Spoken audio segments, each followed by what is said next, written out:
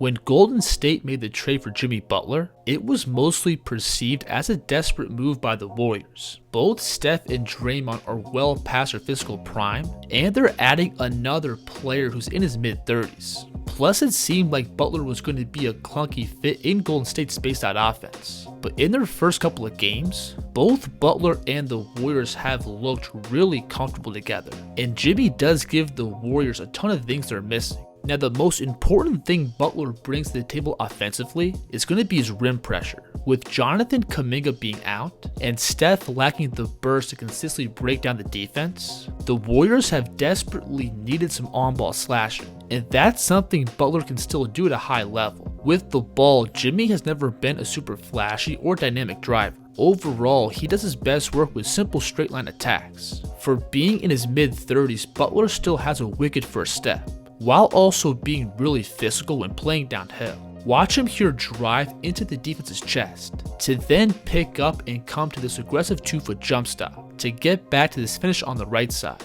On the perimeter, Butler is also elite at attacking right off the catch, by attacking into the defense's momentum, creating more driving angles. Notice here how frantically this defender is scrambling out towards the 3, and when Jimmy attacks into that gravity, he has no chance of recovering.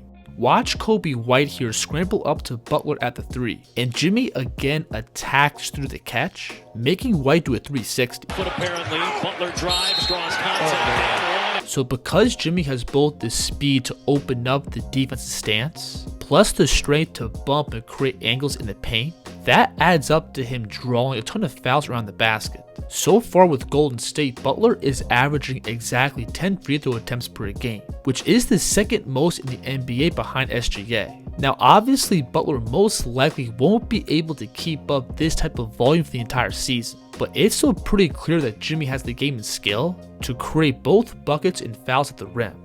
Now Jimmy can also create high quality offense in the post. Because the Warriors have a spaced out screen heavy offense, Jimmy commonly gets mismatches that he can cook down low. And even if he's going up against a lengthier defender, his ability to initiate contact is the great equalizer. Now it's also important to note that Jimmy has the ability to stop and pop these short jumpers. And while his numbers this year haven't been super high, these are still good shots for him to use against the elite NBA size. We'll see him here isolating against Bobby Portis at the elbow, and he's going to open up Bobby's stance with his jab step, to then attack parallel across the paint to his right. Then he's going to come to a jump stop and elevate up for the short 10-foot jumper. This move and shot here is pretty tough, where Butler attacks towards the baseline with this rocker step, where he brings the ball across his frame and transfers his weight to his left foot. But as this drive gets cut off, Butler's going to pick up and spin back towards the middle, to then elevate over for this difficult pull-up. Quarter on Saturday, and now he doesn't have to do that because and all that scoring naturally opens up windows for Butler's playmaking. As a passer, Jimmy has never been one of the top tier facilitators in the league. He doesn't really play with pace or manipulate the defense. Plus, his limited pull-up shooting from behind the 3 doesn't allow him to really stretch out defensive coverages. But Jimmy is still a solid overall decision maker, and his downhill scoring threat is enough by itself to collapse the defense, creating these kickouts and scrambles for his teammates to attack. And him now playing alongside more cutters and movement shooters only amplifies his ability to collapse the defense. So while Jimmy can still bring a ton of value with his rim pressure and mid-range scoring, there are still some limiting factors to his game being 35 years old. Around the basket, Jimmy has had issues elevating over more lengthy defenders. There's times where he'll catch a point-blank range around the basket, but he lacks the lift to consistently generate points. And even if he gets a favorable matchup on the block, it's not always a given that Jimmy's going to create the best shot. Good defense on Butler. And Butler's eroding explosiveness also carries over to his creation on the perimeter, where it's easier for the defense to slide and wall off his drives. And because Butler isn't a super creative ball handler and isn't a major threat from the perimeter, he can be pretty easy to guard off the dribble. But the truth is, Jimmy has never been a top tier individual creator. And I think his real superpower offensively is going to be his versatility. No matter what spot or position Butler is playing on the floor, he's always going to find a way to bring value, and Steve Kerr has been utilizing Jimmy in a variety of ways. First, the Warriors have been using Jimmy a ton as a screener, specifically for Steph Curry on the ball, and this is a great way to counter teams not respecting Jimmy as an outside shooter, because when these picks get set, Butler's man has to step up to take away Steph's pull-up, which then gives Jimmy all this space to dive towards the rim. And Curry also has the same effect himself when screening off the ball. Notice here how Steph is going to set this pin down screen for Butler, which leaves the paint wide open for this backdoor cut. And Butler has also fit in like a glove in Golden State's signature split actions, where again the defense is paranoid about Steph on the perimeter, which leads to more rim cuts for Butler. We'll see Steph here flash up to set this back screen, and these two Rocket defenders shift up towards the perimeter, giving Butler this runway to the basket. So while Butler may be a limited floor spacer, he can still bring a ton of value with his screening and cutting. And because Steph is such a dynamic outside scorer, spacing isn't really a deal breaker for his game. Notice here how loaded up the weak side defense is. But when you're dealing with an all-time great off the dribble shooter, that crowded paint is a non-factor. Now, along with Butler's creation both on and off the ball, he's also been a great connective passer. Unlike other stars, Jimmy is in no way a ball stopper. He's always willing to keep the ball in motion and force the defense into a scramble. And that by itself has been one of the pillars to the Warriors offense over the past decade. Moody driving, hangs, and finishes. And then Butler can also be the one playing quarterback, while Golden State goes through their split or different off-ball screening actions. And because the defense has to respect Jimmy as a scorer, he often pulls his man away from the lane, opening up the paint for more cuts and drives. So offensively, I think the Jimmy Butler fit has been better than most people expected. He gives the Warriors another on-ball creator, he can bring value as both a screener or cutter off the ball, plus he's got a really good overall basketball feel. He knows when to pick his spots and play aggressive, or when to keep the ball in motion in between different actions. I think there's obviously a cap on how reliable Butler can be at this point in his career, but playing alongside Steph will take some weight off his shoulders.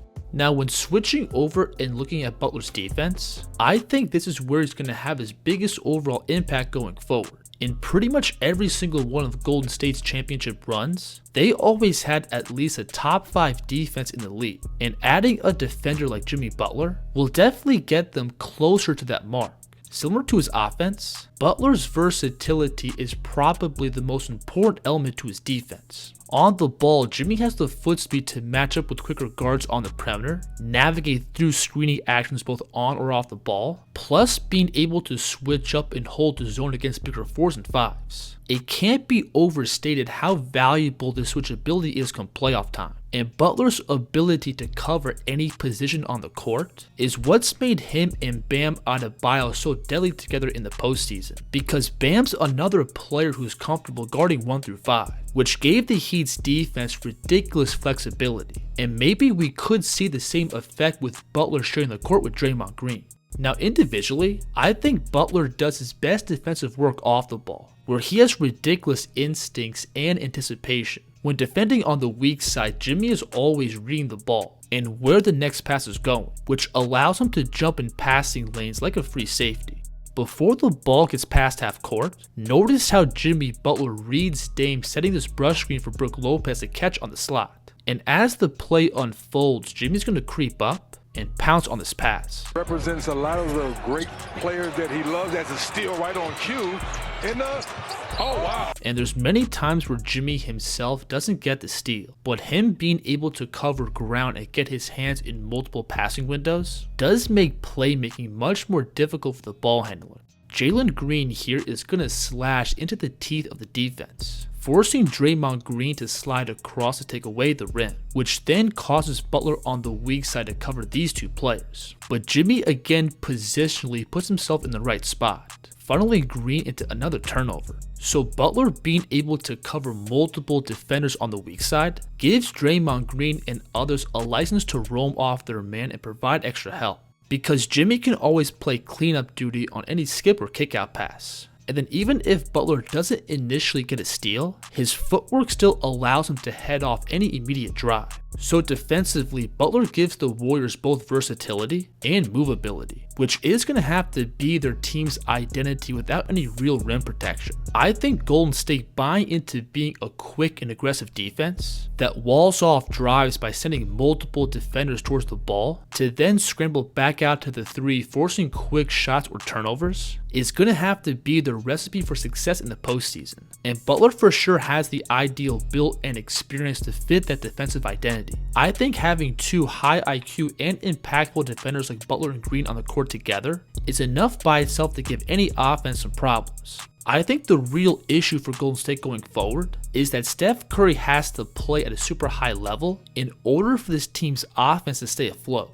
And at 36, about to turn 37, I think it's really tough to expect Steph to carry that much weight. But regardless, I still think Jimmy Butler gives the Warriors real upgrades on both sides of the ball, and we'll see how things shape up for this team going forward. If you enjoyed this video, please like and subscribe, and let me know in the comments who the kids should break down next. The kids here.